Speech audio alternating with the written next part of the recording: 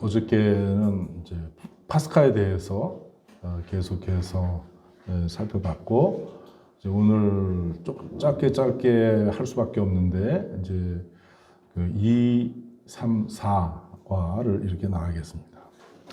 그러면은 도대체 예수님의 생애, 예수님 베들레헴 마옥간에서 이렇게 태어나셨습니다. 한 위대한 인류의 한 위대한 성현, 뭐 부처님, 마호메트, 뭐 이런 사람들과 더불어 칼 막스도 거기에 있나요? 뭐 이러한 사람들 가운데 한 사람으로만 태어난 것이 아니라 이분은 하느님 아버지께서 세상을 너무나 사랑하셔서 우리에게 한 인간으로 보내주신 하느님의 아들이시다 라고 우리는 교회를 통해서 그 신앙을 전해받고 있습니다.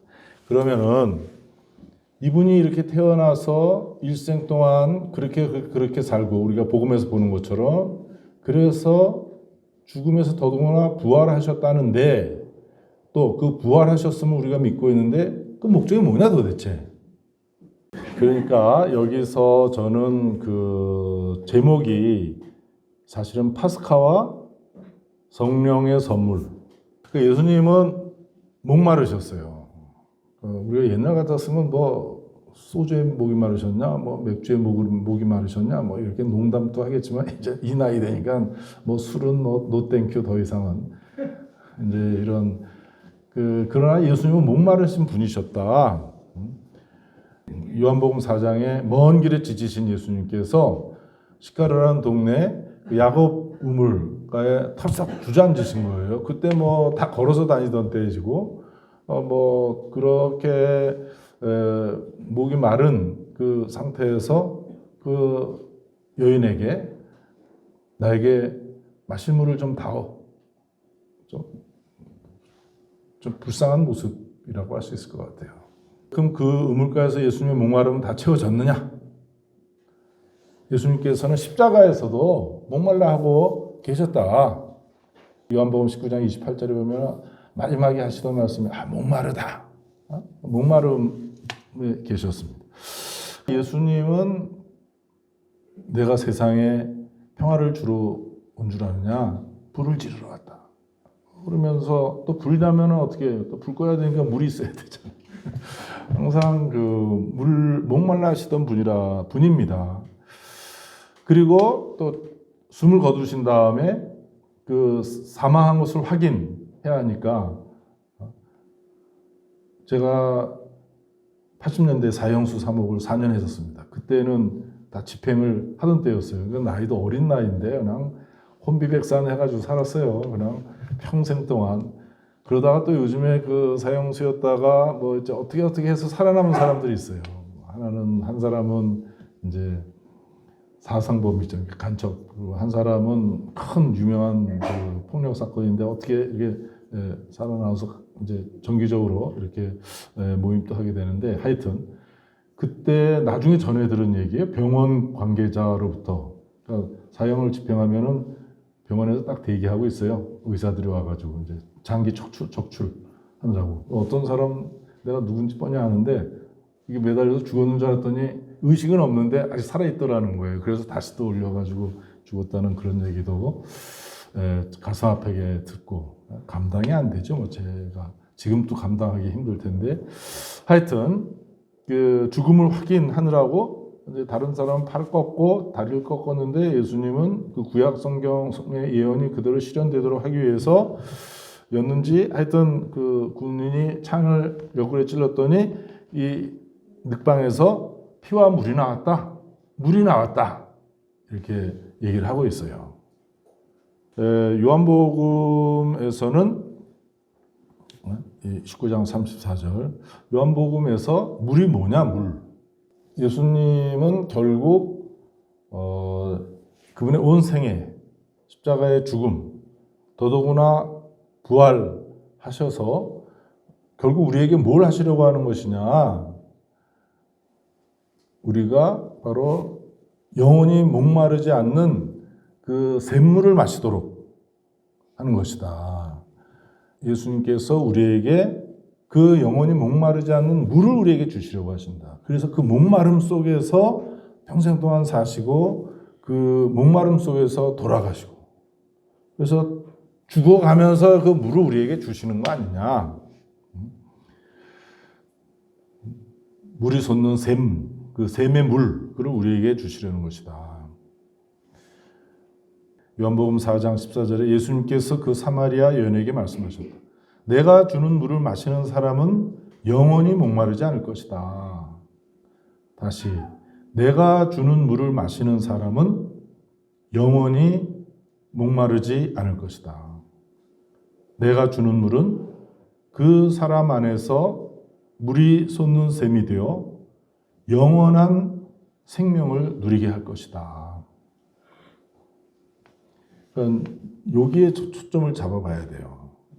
목말라 하시고 목마름 속에서 돌아가시고 돌아가시자마자 늑방에서 물이 흘러나왔는데 바로 그 물이 솟는 샘, 그 샘물, 그것은 바로 예수님께서 파스카를 통해서 자신의 죽음과 부활을 통해서 우리에게 선물로 주시는 성령을 말하는 것이다.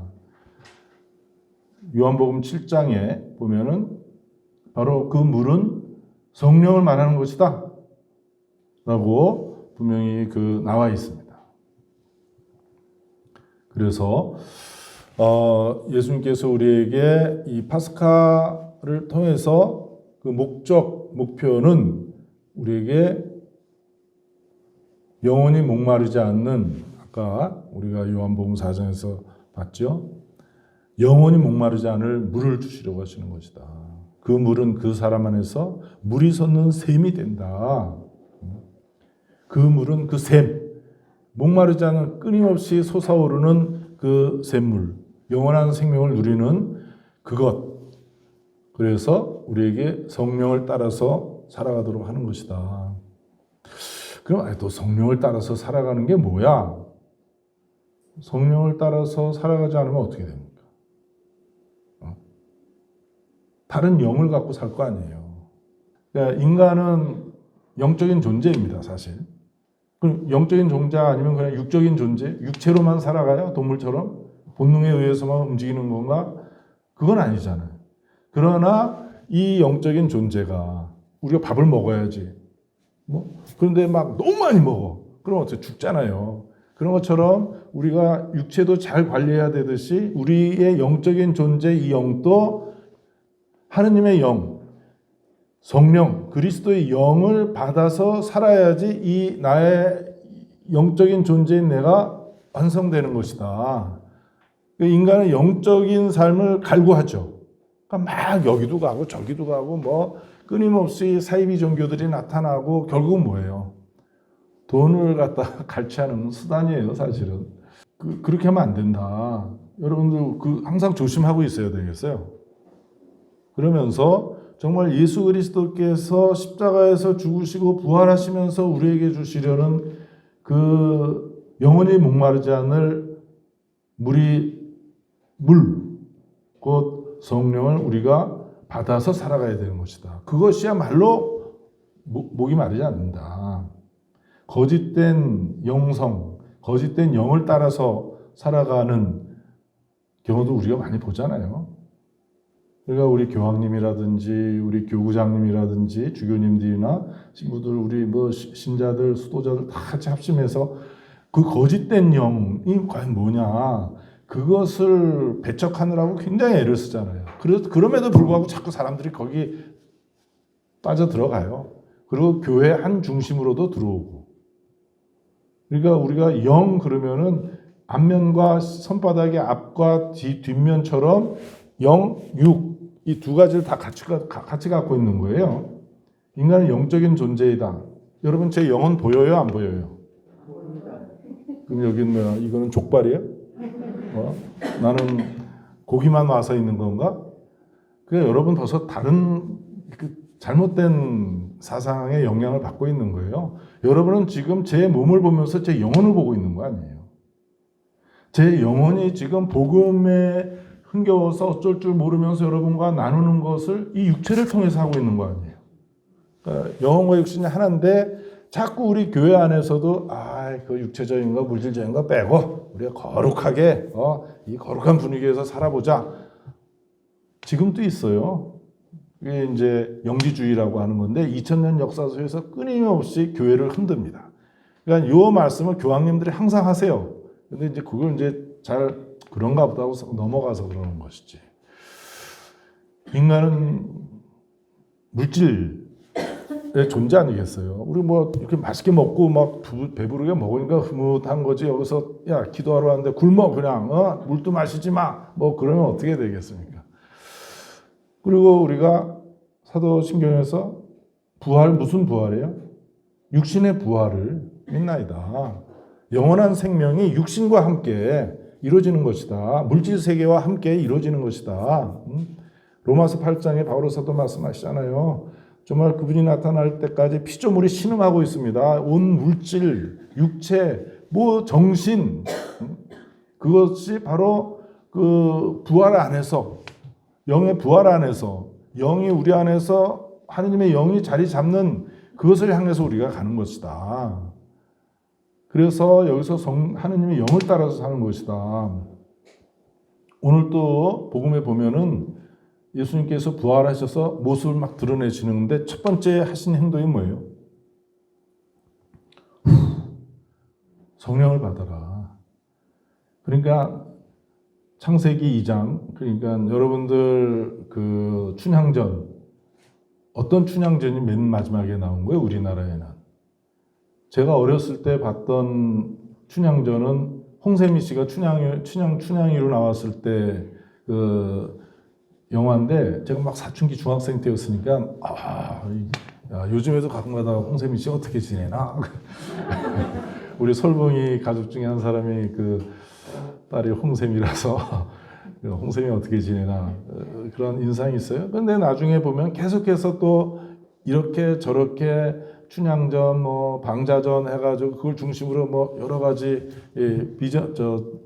여러 가지가 나오잖아요. 그런 것처럼 창세기 1장과 2장은 창조에 대한 버전이 다른 거예요.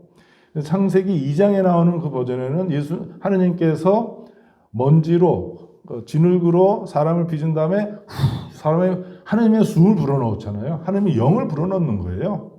인간은 바로 그런 존재다. 우리는 그 영을 교회 안에서 제대로 알고 참여하는 거고, 그러나 또 많은 사람들이, 의인들이 또 다른 종교 안에서 건전한 종교를 가지면서 그 영을 따라서 자기도 모르게 살아가지 않느냐. 그러나 가톨릭 교회 안에서도 말한 듯 자기 멋대로 하면은 거짓된 영으로서 또 살아가기도 하지 않냐. 그러니까 부활이라는 것은 내가 사실 강론 때도 다시 한번 간단하게 이제 얘기하겠지만은 부활과 함께 성령이 오시는 것이다. 그러니까 성령 강림에도 벌써 두 가지 버전이 있어요. 우리가 오순절 때 받는 성령 강림은 사도행전에서 나오는 거고, 루카가 1부는 뭐예요? 예수행전, 2부는 사도행전. 거기에 보면은 거기는 이제 딱딱 외우기 쉽게 40일 동안 예수님께서 모습을 드러내시고 그 다음에 승천하셨다. 그 다음에 열흘 있다가 성령 오셨다. 그래서 외우기 쉽게 이렇게 해놓은 거고, 교육적으로. 요한복음에서는 예수님이 부활하시자마자 제일 먼저 성령을 받아라. 그러니까 성령 강림에 대한 버전이 두 개입니다. 근데 또 딸리 보는 사람들도 있어요. 지금 요한복음 19장에서처럼 창을 찔렀더니 늑방에서 피와 물이 흘렀다. 여기 이 물은 뭐냐? 성령 아니냐? 요한복음에서. 그러니까 이미 십자가에서 예수님 숨을 거두시면서 우리에게 성령을 보내주신 것이다. 이렇게 얘기하는 아름다운 교부들도 있고. 하여튼 그래서 결국 우리 그리스도 신자의 삶은 뭐냐? 바로 하느님 아버지께서 보내신 아드님이 우리에게 결국 건네주시려고 하신 것은 바로 물이다. 그리고 목마르지 않는, 멈추지 않는 그 샘에서 끊임없이 물이 솟아오르는 그 물을 우리에게 주시려는 것이고, 우리가 성령을 따라서 살아가는 것이다. 이 성령 안에서 예수님께서 소모님께 잉태되셨잖아요. 성령으로 말미암아 잉태되셨도다.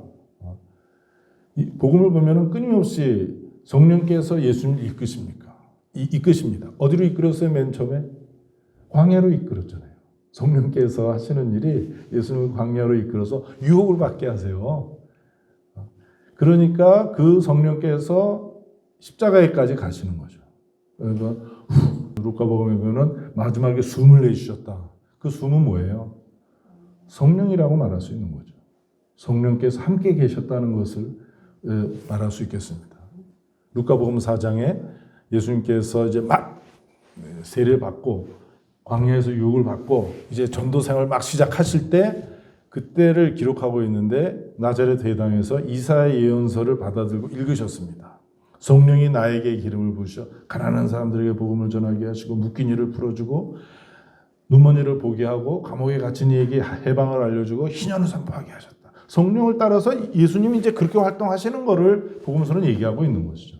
그러니까 예수님 철저하게 성령으로부터 시작해서 성령 우리들에게 선물로 주시는 것. 그러니까 우리는 성령을 따라서 사는 것이다. 그래서 그게 뭐야 구체적으로? 그냥 우리 삶을 자꾸 뒤져보는 것이죠. 성경을 그렇게 맛깔지게 읽고 그리고 또 생활을 이렇게 나누면서 자꾸 길을 찾아가는 그 아름다운 모습 안에는 성령께서 이끄시는 거 아니냐. 지우스에도 거기에 성령이란 말이 그렇게 나오진 않지만 가르된 추기경 그리고 그 시대에 이렇게 그렇게 많은 사람들이 함께 모여서 길을 찾아가는 것은 성령에 따른 삶 아니냐. 이 세상의 금보다도 한 사람 노동자의 가치가 더 값지다라고 얘기하는 그 안에 성령이 들어가 있는 거 아니겠어요? 인간은 바로 하느님의 모습을 지닌 존재다. 아니 하느님의 아들 예수 그리스도와 하나 되어서 하느님의 아들 딸로 초대받아서 사는 존재이기 때문에 무엇보다도 값진 존재이고 존엄한 존재라는 것을 얘기하는 거 아니냐. 그럼 그 안에 성령이 계시는 거 아니겠어요? 그래서 우리가 이 파스카에 대해서 이렇게 지금 마침 또 부활 대축일 주간입니다. 여기서 결국은 이렇게 예수님 부활하셨어.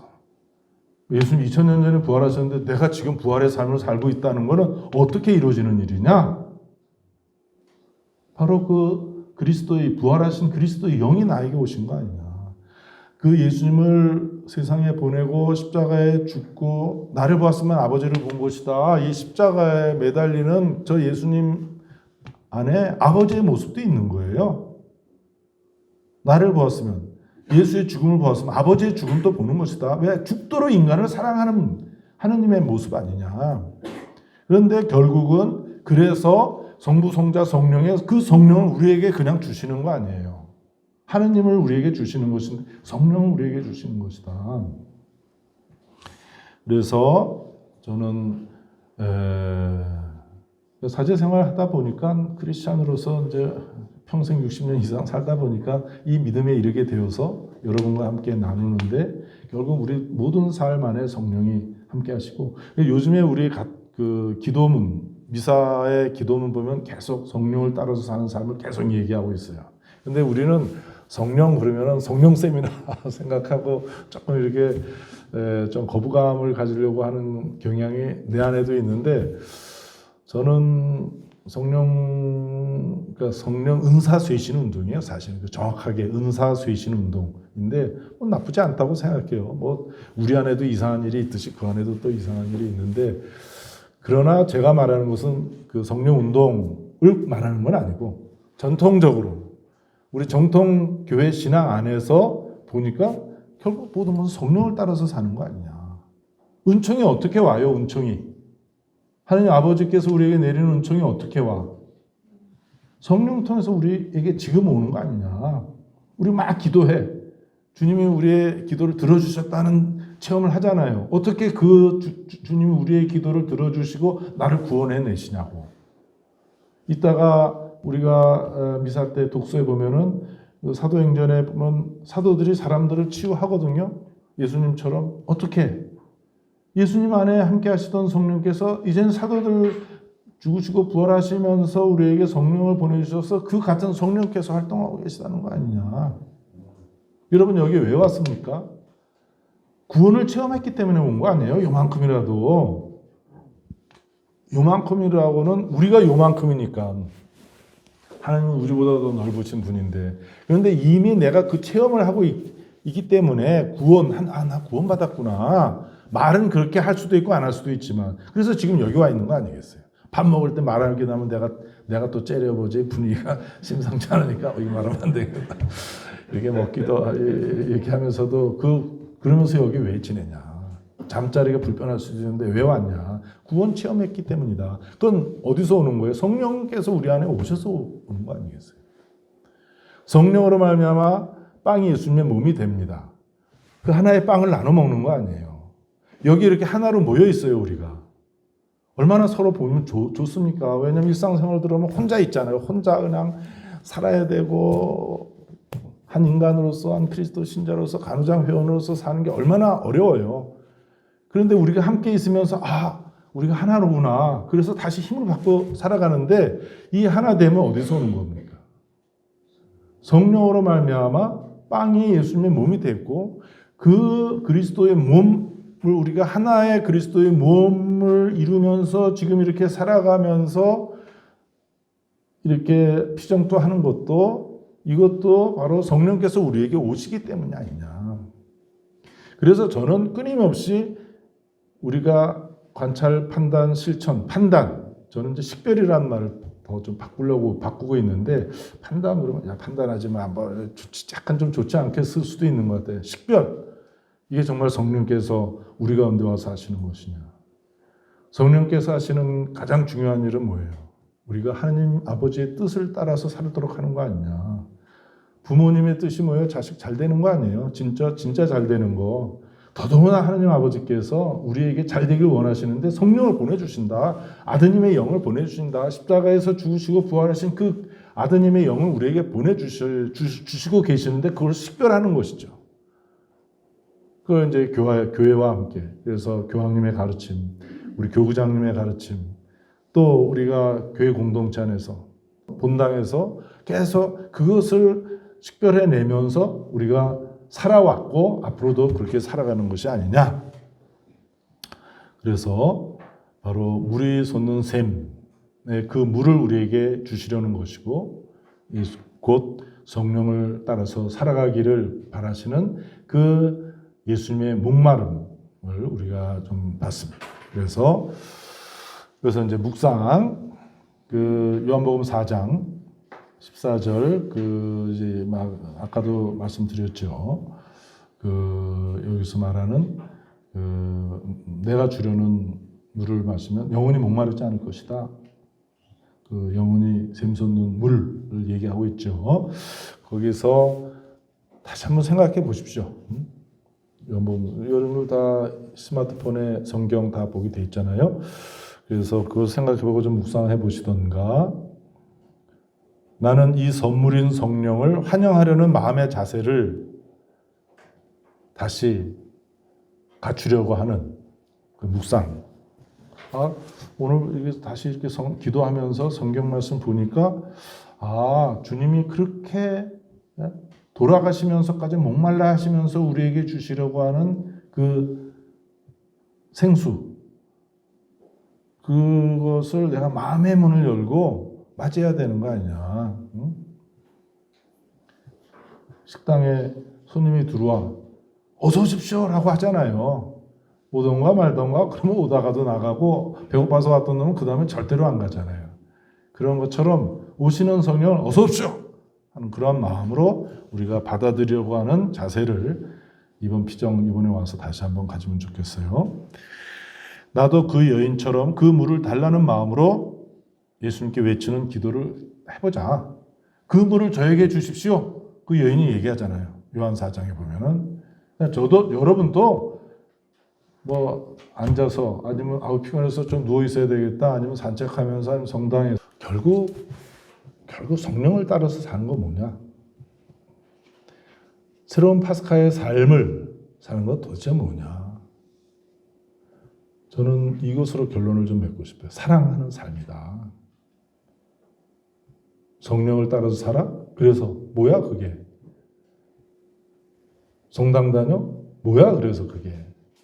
그러니까 이게 잘 안 되니까 가족들이 에이 성당 다닌다면서 어머니가 왜 저래? 아버지가 왜 저래? 그러면서 자식들부터 성당 안 나가는 거예요. 그러니까. 그래서 저는 자식은 없지만 우리 형제간들, 우리 조카들, 이제 손녀들 나오기 시작했는데, 다 나왔는데, 아, 저 큰아버지라는 사람이 그거 뭐 겉으로만 신부지 속은 뭐 비복음적이야. 나 이럴까봐 무지하게 겁나요. 근데 그거는 뭐냐? 오로지 사랑일 뿐이다. 바로 새로운 삶을 살아가는 것, 새 파스카의 삶을 사는 것, 그 목마르지는 물을 마시는 삶은 바로 사랑이다. 그래서 여러분이 그런 점에서 한번 다시 한번 생각해 보시기 바랍니다. 이제 코로나 바이러스 이제 팬데믹에서 끝나가는 엔데믹으로 가고 있다고 해서 마스크만 쓰는 거 빼놓고는 뭐 다 이제 옛날로 돌아간다고도 이렇게 얘기합니다. 우리 교회에 대해서 이제 다시 올 거다, 신자들이 성당에. 그래서 나는 천만의 말씀이다. 야, 온 사람도 가라고 쫓아놓고 나서 왜 오겠냐. 우리 어떻게 식당에 밥 먹으러 갔는데 오지 마. 문 닫혀 있어. 뭐 가게에 뭘 사러 갔는데 문이 닫혀 있어. 그럼 거기 가고 싶은 마음이 없어지잖아요. 오지 말라 그러는데 왜 가냐. 또 텔레비 보면 된다며. 그 텔레비 좀 안 보면 어때? 이러면서 마음이 더 이렇게 약해지는 거 아니냐. 그래서 문제는 과연 무엇일까? 그러니까 뭐 교회도 막 잘 돼야지 또 그 가운데 간호장 또 이렇게 같이 이렇게 가요. 근데 교회가 다 망해버리고 나면 간호장도 잘 안 돼. 간호장 다른 유럽이나 다른 데 보면 잘 안 되잖아요. 거기 교회가 뭐 푹석 주저앉으니까 이런 간호청도 잘 안 되고 간호장도 잘 안 되고 뭐 이것저것 다 안 돼요. 같이 가야 되는 우리가 또 교회의 한 구성원이고 과연 문제는 무엇일까? 한번 계속해서 생각해야 됩니다. 저는 간호장 뭐 마찬가지 신부들 이번에 서울교우 신학생들 6명인가 7명 들어갔다 그래요. 막 넘쳐 흐르던 데가 이제는 뭐 서울교구, 의정부교구 합쳐서 10명이라고 이렇게 얘기하는데 아니 의정부는 서울에 비하면 아주 조그만데 그게 뭐 한 반 이상이 반 정도가 의정부라는 것은 서울은 완전히 농사가 헛졌다는 얘기죠. 그러면 이게 도대체 무엇을 얘기하느냐?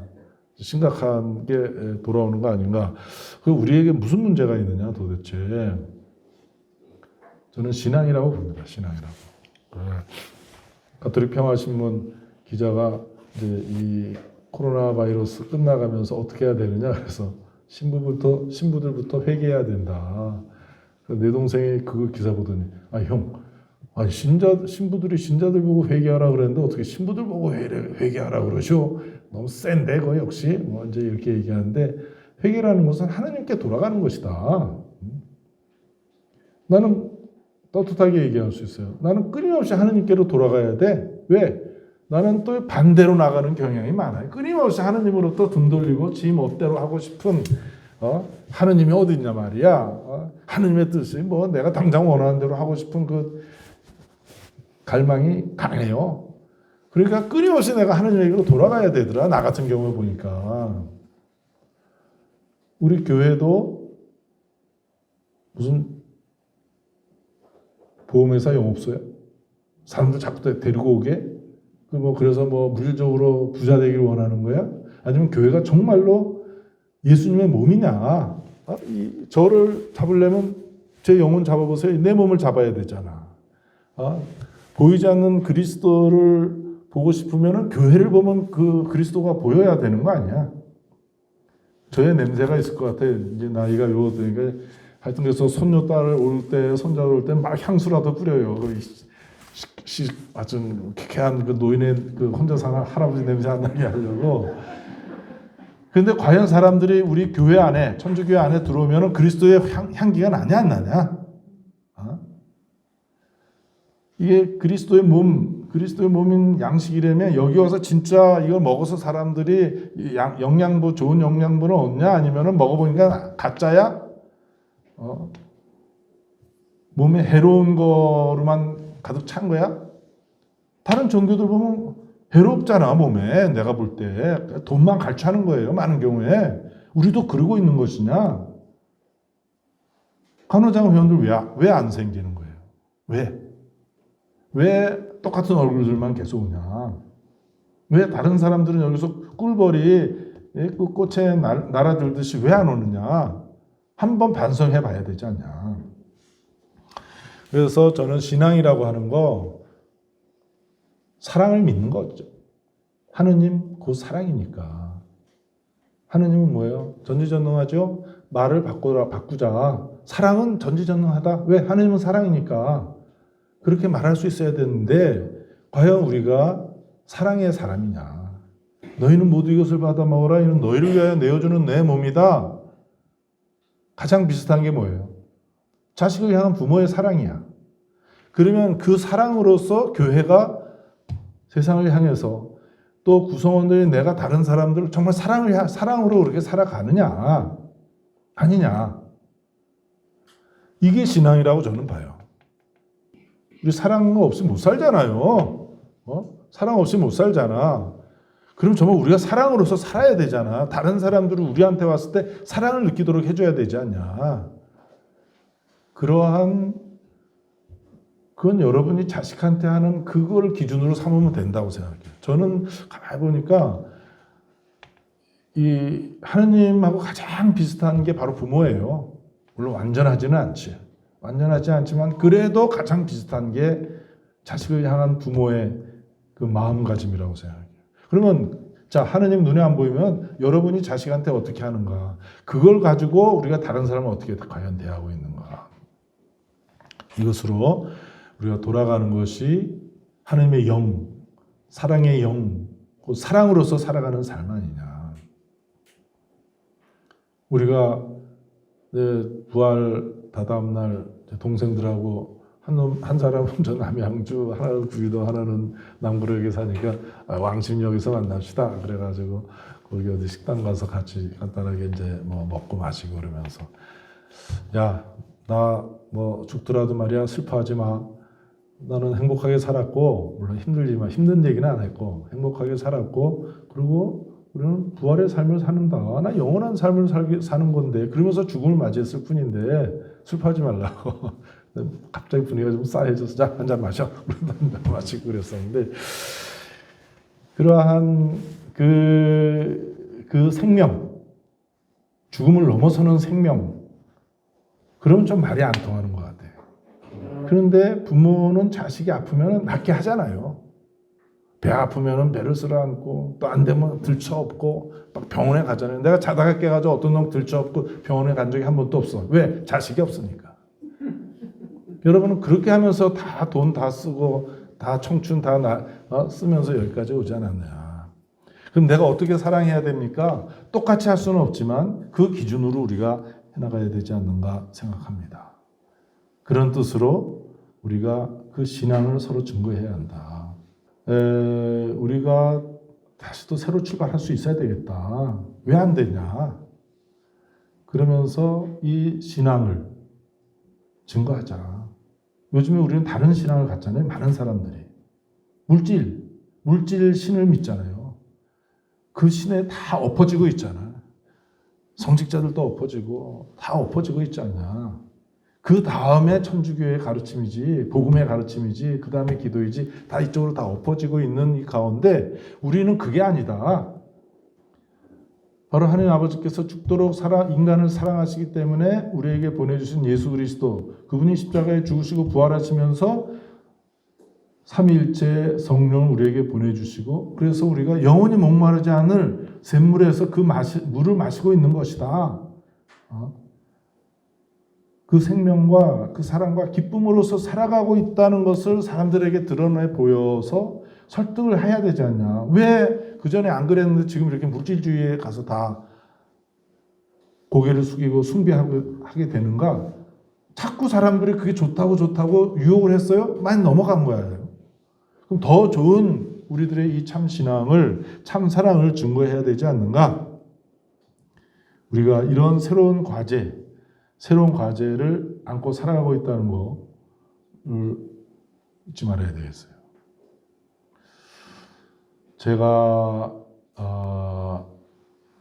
저보다 나이 많은 분들도 몇 분 계시고 아닌 사람들도 있는데 저는 건강에 굉장히 관심이 많습니다.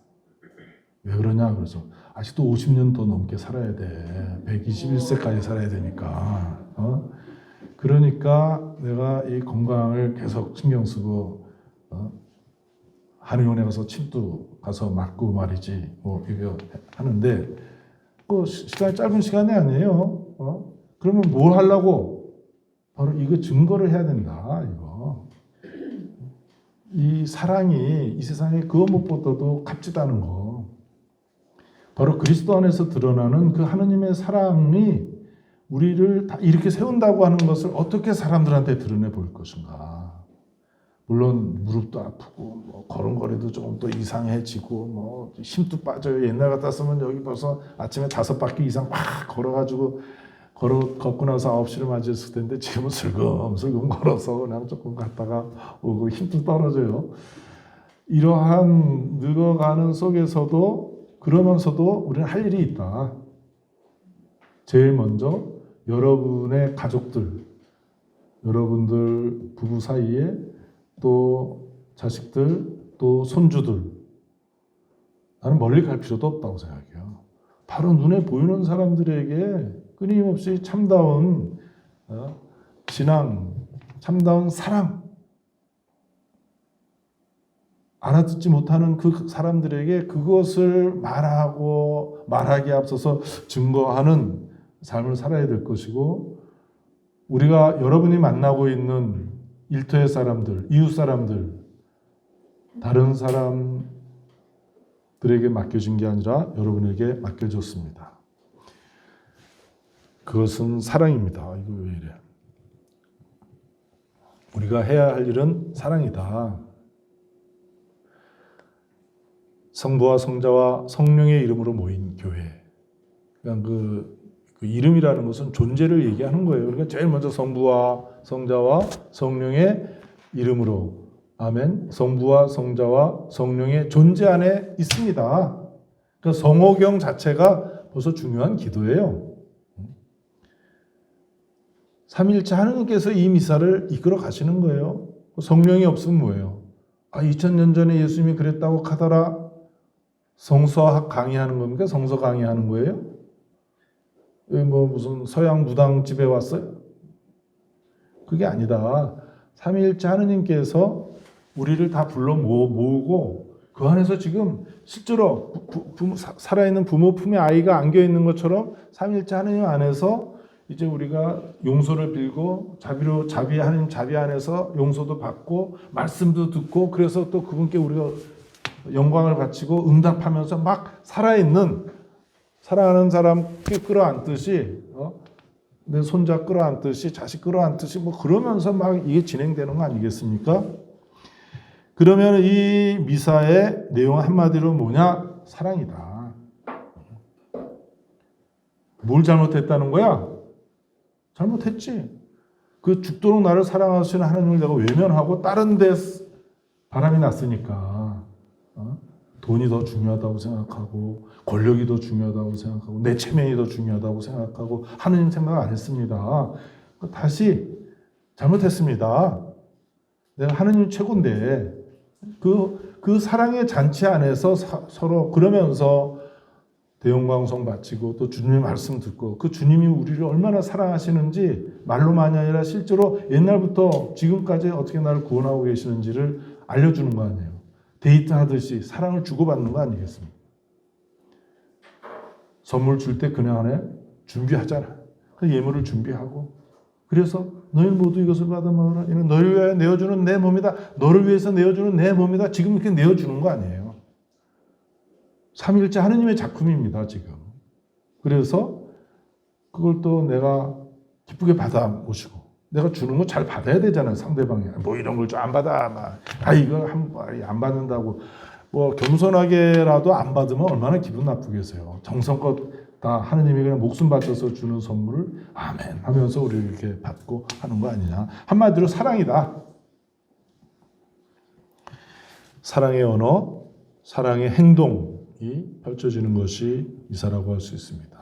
그러니까 미사에서 이 사랑을 말하고 사랑을 행동하고 사랑을 기억하는 것이다. 저는 그렇게 말하고 싶어요. 미사에서. 그냥 미사 안 하면은 또 고해성사 봐야 되니까 또 찜찜하니까 그래서 미사에 오는 것이 아니라 미사는 데이트하는 시간이다. 사랑을 주고받고 하는 시간이다. 데이트할 때 말로 주고받잖아요. 끌어안잖아요. 내가 지난번에 기억하잖아요. 그런데 어저께 만났는데 너무 시간이 길어. 또 만나는 거 아니겠어요? 그 기억하는 것이다. 사랑의 기억. 그리고 가서 미사가 끝났으니 가서 보자 합시다. 가사. 옛날에 라틴어로 미사할 때 이때 미사 에스트예요. 그러니까 그래서 파견하는 거예요. 미사 미션 거기에서 바로 그 사랑을 말하고 사랑을 행동하고 사랑을 기억했기 때문에 이제 일상생활에서 사랑을 실천하는 것이다. 우리는 영혼을 얘기합니다. 영원하지 않기 때문에 문제 아니에요. 내가 이 사람하고 우정을 나눴어. 나누고 있는데 이게 배반을 했어. 얼마나 마음 아픕니까? 또 집안이 박살날 때도 있어요. 우정 속에서 돈 꿔줬는데 돈 안 갚으면 어떻게 되는 겁니까? 남녀 사이도 마찬가지인 것 같아요. 그러니까 마음이 아프잖아요. 그러니까 아예 시작을 안 하는 거야. 그것도 또 안 되잖아요. 어떻게 사랑을 주고받느냐. 문제는 영원한 사랑 아니냐. 그러니까 영원한 사랑이라는 영혼 안에 뿌리를 두어야 되는 것은 바로 하느님 안에 뿌리를 두고 그러면서 우리가 인간적으로 서로 사랑할 수 있어야 되겠다. 그러니까 사제들도 이제 길을 바꿀 수밖에 없게 되는 것은 하느님 그 사랑, 영원한 사랑 안에 뿌리를 내리지 않은 상태에서 서로 사랑을 주고받으려다 보니까 뿌리째 뽑히는 거예요. 그러니까. 그렇게 얘기하면 빨리 알아들으시겠죠. 그러니까 그렇지 않으면은 뿌리도 안 받고 사랑도 안 해. 하느님 사랑에 뿌리 박지도 않았어. 남을 사랑하지도 않아. 또 뭐 하는 거예요? 그러면 나 같은 경우 그럼 괴물 아니냐? 그래서 어떤 거울 보면 내가 괴물인가? 그러니까 사랑하지도 않고 하느님과 사랑도 주고받지도 않고 그러고 살아가지 않냐? 많은 사람들이 그러고 살아가는 것 같은데 그러면 안 되겠다. 여러분도 마찬가지라고 생각합니다. 신앙생활이 우리에게 사치스러운 한 부분이 아니다. 간호장 회원들도 결국은 나이 들면서 신앙의 가치를 알잖아요. 말은 잘 안 해, 여기서. 이상하게 그런 분위기예요. 그거는 뭔가 잘못했다고 생각해요. 신앙 안에 뿌리를 두고 신앙 운동하는 것이다. 곧 사랑의 뿌리를 두고 사랑을 살아가는 사람들이다. 가정 안에서도 사랑하고 노동계 안에서도 결국 우리가 하는 것은 사랑하는 거 아니냐. 너희는 모두 이것을 받아 먹어라. 이는 너희를 위하여 내어줄 내 몸이다. 사랑 아닙니까? 여러분들 자식들 위해서 그렇게 살아왔잖아. 너희는 모두 이것을 받아 마셔라. 이는 새롭고 영원한 계약을 맺는 내 피해자입니다. 부부간에는 헤어질 수 있어도 부모 자식 간은 헤어지는 게 없잖아. 그러니까 부모와 자식 간의 계약이라는 말은 안 하지만은 그건 정말 죽으나 사나 그냥 부모 자식이잖아요. 그런 거와 같은 게 바로 예수님 십자가에 피 흘리면서 우리에게 남겨주신 그 의미 아니냐. 미사 때 너희는 모두 이것을 받아 마셔라. 뭐야? 그래서 또 쳐다봐. 고등학생 때 옆에 있는 형한테 저 뭐 하는 거야? 그래서 야 시끄러워 그냥 가만히 있어 그냥 봐. 근데 그 평생 하다 보니까 하느님 눈에 안 보이니까 이 성사를 통해서 빵을 보여주고 포도주 잔을 보여주면서 너는 하느님과 영원한 이 새로운 계약에 초대된 사람이다. 김영선 스테파노하고 빅토리아하고 무슨 관계야? 계약 맺은 관계 아니에요. 다른 사람이 가서 빅토리아 손 잡으면 안 되고 다른 여자가 또 김영선 붙잡고 막 계속 얼싸 안아도 안 돼. 왜? 그 계약 관계이기 때문에.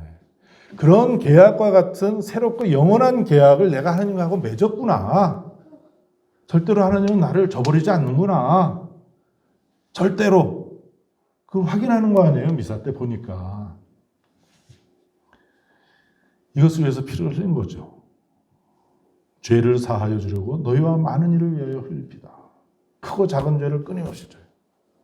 그리고 과거는 흘러갔지만 그 죄의 상처로 지금 저도 끊임없이 고통스러워하고 있는데 그 죄를 아예 없애버린다.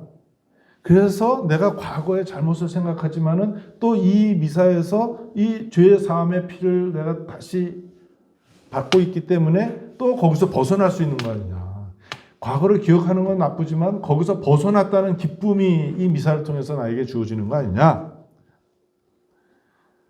너희는 나를 기억하여 이를 행하여라. 이 기억은 과거만 있었다는 것이 아니라 과거에 그렇게 나를 사랑하신 그분이 지금 또 나를 그렇게 사랑해 주고 계시고 내일 또 나를 그렇게 사랑해 주고 계신다. 그러니까 이 기억이란 말은 여기서 쓰는 기억은 과거에 대한 기억만이 아니라 과거에 대한 기억과 지금에 대한 기억과 미래에 대한 기억을 함께 얘기하고 있는 것이다. 주님이 나를 위해서 목숨을 바치는 분, 과거와 현재와 미래. 나를 위해서 새롭고 영원한 계약에 피를 흘리시는 과거와 현재와 미래. 죄사함, 과거의 죄사함, 오늘의 죄사함, 미래의 죄사함을 위해서 이분이 지금 또 피를 흘리면서 이 미사 봉헌 가운데 나에게 구원을 베풀어 주고 계시다는 것을 기억하는 것이다. 죄와 죽음에서 해방된 우리들입니다. 오로지 하나님의 사랑과 자비로 말미암아. 그래서 우리는 새롭고 영원한 계약 속에서 살아갑니다. 우리의 결혼 생활도 이것을 표현하는 것이죠. 교회에서 혼인성사 왜? 수도자 종신혼한다고 성사 아니에요. 혼인성사예요. 바로 이것을 드러내는 것이다. 아주 고생하면서 살아가는 것이죠. 여기서 어겼어? 그러면은 와서 영성체 교황님이 영성체는 좀 하게 하자고 했는데 부수적인 축기관과 주교들이 그것도 안 된다고 하니까 교황님 또 뒤로 물러서는 거예요. 왜? 이 혼인은 이 새롭고 영원한 계약을 표현하는 성사이기 때문이다 라고 얘기하는 거예요. 그래서 내가 피를 흘리면서도 여러분이 고생하면서 이렇게 살아가죠. 나는 그 고생하기 싫어서 혼자 사는 거고 계속. 이때 웃어줘야 되는데. 이거 뭐야. 그래서 하느님과 하나된 삶. 세례로 예수 그리스도와 하나된 삶. 성령으로 말미암아 하나된 성령 안에 하나된 삶을 살아가는 것이다. 우리가 이것은 곧 부모와 자식, 부모님이 문제는 자식이 다 컸는데도 이게 나라고 생각하잖아요. 그래서 막 부모 자식 간에 막 엄청난 갈등도 생기고 그래서 이제 빨리 포기해버리는 거죠. 너는 너고 나는 나다. 그래도 안 그렇죠. 하나 아니에요. 그런 것처럼 하느님 아버지와 내가 하나다. 바로 인간이 되신 하느님과 예수 그리스도와 하나다. 성령께서 우리와 하느님과 하나가 될 뿐만 아니라 우리 모두를 하나로 만들어 주시지 않냐? 성령의 일치, 친교. 이것은 곧 사랑입니다. 하느님은 사랑이시다. 그래, 이렇게 하느님의 사랑이 우리 안에 모습을 드러냈습니다. 하느님의 사랑, 이것을 어떻게 설명할 수 있는가? 마음을 여는 것 아니냐? 마음을 여는 것. 쉽진 않아요, 보니까. 하느님이 나를 사랑한다고? 그래서 말은 제가 많이 했잖아요, 평생 동안. 은퇴까지 했습니다, 지금. 조금 일찍이지만. 근데 말은 했는데, 그래서 이 피정 준비하면서 도대체 하느님의 그 사랑, 그 하느님의 사랑 앞에서 나는 어떻게 해야 돼? 말만 했는데 설명을. 내가 마음의 문을 여는 것이다. 하느님을 향해서. 돼, 안 돼? 사람들끼리도 뭐 서로 마음의 문을 여는 거 쉽지 않잖아. 부부간에도 내가 안 살아봐서 모르지만 어때요? 겉으로 말하는 거하고 속하고 다를 수도 있을 것 같아. 그런데 마음을 여는 거 아니냐? 어떤 사람들이 보니까 마음의 문을 열고 살아가는 거야. 어떤 사람들은 겉모습과 달리 마음의 문을 안 열어. 막 사업한다고 뭐 좋은 거 한다고 여기저기 다니지만 서로를 향해서 마음의 문을 안 여는 것도 있지 않냐. 잘 모르겠습니다. 자, 그건 그렇고, 그래서 하느님과 나 사이에, 자, 하느님이 이렇게 나를 사랑해. 제가 당장 해야 될 대답은, 그러니까 나는 뭐야? 하느님을 향해서 마음의 문을 열어야지 내가 말만 하고 이렇게 다니는 게 능사가 아니지 않냐. 그래서 저는 마음이 열리는 것이로구나. 그리고 이것은 내 마음대로 되지 않는다. 하느님의 선물이다. 하느님의 은총으로 말미암아 내가 마음의 문이 열리는 거 아니야. 왜 수많은 남자 중에 왜 이 남자한테 내가 결혼한 거야? 마음의 문이 열렸기 때문이야 하잖아요. 왜 이 여자한테 내가 마음의 문이 그때는 열렸어. 그 다음에 많이 후회 많이 했겠지만 서로 간에 그거 마음이 열린 거예요. 그런 것처럼 내가 하느님께서 나에게 마음의 문을 열고 이렇게 온 몸을 바쳐서 나에게 오기 때문에 내가 그분을 향해서 마음의 문을 열어야 된다. 어떻게? 은총으로서 이루어지는 일이고 우리가 다 마음의 문을 열기 때문에 여러분들은 지금 분명히 마음의 문을 열고 여기 와 있지 않냐. 아니면 어저께 강의 듣고 무슨 핑계, 애가 아프대, 뭐 손주가 아프대, 뭐 해서 벌써 다 집에 갔을 거야. 그런데 여기 남아있는 이유는 뭐예요? 마음의 문이 여러분에게 열려있기 때문이고 하느님의 은총과 선물이 와닿았습니다. 저는 하느님을 사랑하는 것은 어떻게, 내가 그래서 하느님의 마음의 문이 열렸어. 하느님을 사랑해야 돼. 하느님을 사랑한다는 것을 어떻게 표현해? 내가 받기로 사랑해. 그럼 어떻게 표현해, 그거를? 박희준이가 사랑하듯이 내가 사랑해야 되는 거? 아니잖아. 그럼 큰일 나지, 그러면. 그럼 나는 어떻게 해야 돼? 하느님을 사랑한다는 걸 어떻게 표현해야 되느냐? 사람을 사랑하는 것으로 표현해야 되지 않냐? 하느님 안 보이잖아요. 마음으로 사랑하는 것이지. 하느님을 사랑하니까 내가 이 사람을 사랑하는 것이지. 하느님을 사랑하니까 내가 어떤 행위를 안 하는 것이지. 가족을 사랑하니까 한 잔 더 먹고 싶어도 안 먹고 집에 들어가는 거 아니에요. 예를 들면 그런 식으로 하느님은 사람을 사랑하고 헌신하는 것이다. 우리에게는 더 큰 짐이에요. 우리에게. 아이씨 살아기도 힘들어 죽겠는데 저 신부 자꾸 우리한테 저 힘들게 얘기하냐. 하지만 이렇게 살아왔어요. 여러분들이 가족들을 위해서 헌신하고 당연한 거 아니잖아요. 사람들이 자기 가족을 위해서 헌신하는 것도 아니잖아. 여러분들은 가족을 위해서 사랑하고 헌신하면서 사람을 사랑한다는 것을 드러내지 않았냐. 그것을 더 깊게 가능한 대로 더 넓혀나가는 것이 우리가 할 일이 아닌가. 어떻게 우리는 개인주의와 이기주의에서 벗어날 것인가. 그러니까 뭐 사는 게 어쩔 수 없이 그렇게 됐다 그러지만은 그러면서 자꾸 개인주의, 이기주의로 가는 이 세태와 어떻게 우리가 싸울 것, 어떻게 이걸 투쟁할 것이냐. 숙제로 남겨둬야 되겠습니다. 풍요로워지기 때문에 이 개인주의, 이기주의로부터 벗어나는 것이 어렵습니다.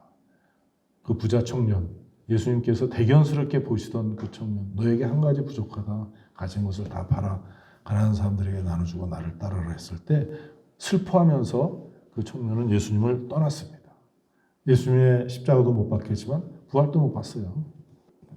그래서 좀 제가 혼란스러운 성령을 따라서 사는 삶, 이것은 교회가 존재하는 이유다. 결론입니다. 그래서 우리가 또 새롭게 뭐 그렇다고 뭐 우리끼리 만나서 또 성령 얘기하고 하지는 않겠어요. 그럼 마음 안에 이걸 담아두고 있어야 된다. 교회, 이제 우리가 성령과 함께 교회가 시작되었다고 했잖아요. 교회의 삶, 성령을 따라서 사는 것이다. 코로나 바이러스 이후에 우리가 그동안 간호장 할 수도 없었어요. 해야 돼요. 확장도 해나가야 됩니다. 그런데 어떻게, 뭘 기준으로 할 거냐? 성령을 따라서 사는 삶을 살아야 되는 것이고 그것은 곧 사랑하는 삶이 아니겠냐. 묵상 마지막으로 이제 전반적으로 나의 신앙생활을 점검해보자. 되돌아보자. 신앙은 하느님의 선물입니다. 또 여러분이 지금 여기 와 있는 것처럼 확인할 수 있는 증거가 어디 있어요. 어떻게 하든 간에 어쨌든 간에 어떤 조건에서도 예, 하느님의 그 선물인 신앙을 내가 이 공동체 안에서 여러 가지 또 원인을 가지고 여기까지 오지 않았냐. 그래서 긍정적으로 보시라는 거예요. 긍정적으로. 내 나약함과 한계에도 불구하고 내가 하느님 안에서 참된 사랑을 살고 있고 그래서 참된 생명으로 살아가고 있다는 것을 한번 보자. 이번 피정에서 새롭게 신앙을 발견한 것은 무엇인가? 신앙생활, 곧 사랑하는 것이라고 말할 수 있는데 하느님을 사랑하고 가족을 비롯한 사람을 사랑하는 것에 대한 새로운 다짐을 해보자. 기도 바치고 끝내겠습니다. 성부와 성부와 성부. 주님, 그냥 생각해 보는 것이 아니라 오늘 제가 이 교우들과 함께 나누었던 것은 뭐 새로운 얘기도 아닙니다. 그런데 결국은 그 엄청난 가치를 지닌 인생을 살아왔듯이 이제 영원한 생명으로 살아가는 길에 이미 들어섰음을 알아보게 되었고 흔들리지 않고 그 삶을 살아가도록 또 새롭게 주님 앞에서 결심하는 그런 시간입니다. 주님 여기에 필요한 은총을 내려주시고 이 피정 끝까지 저희들 잘 이끌어 주십시오. 우리 주 그리스도를 통하여 비나이다. 아멘. 성부와 성자와 성령의 이름으로 아멘. 감사합니다.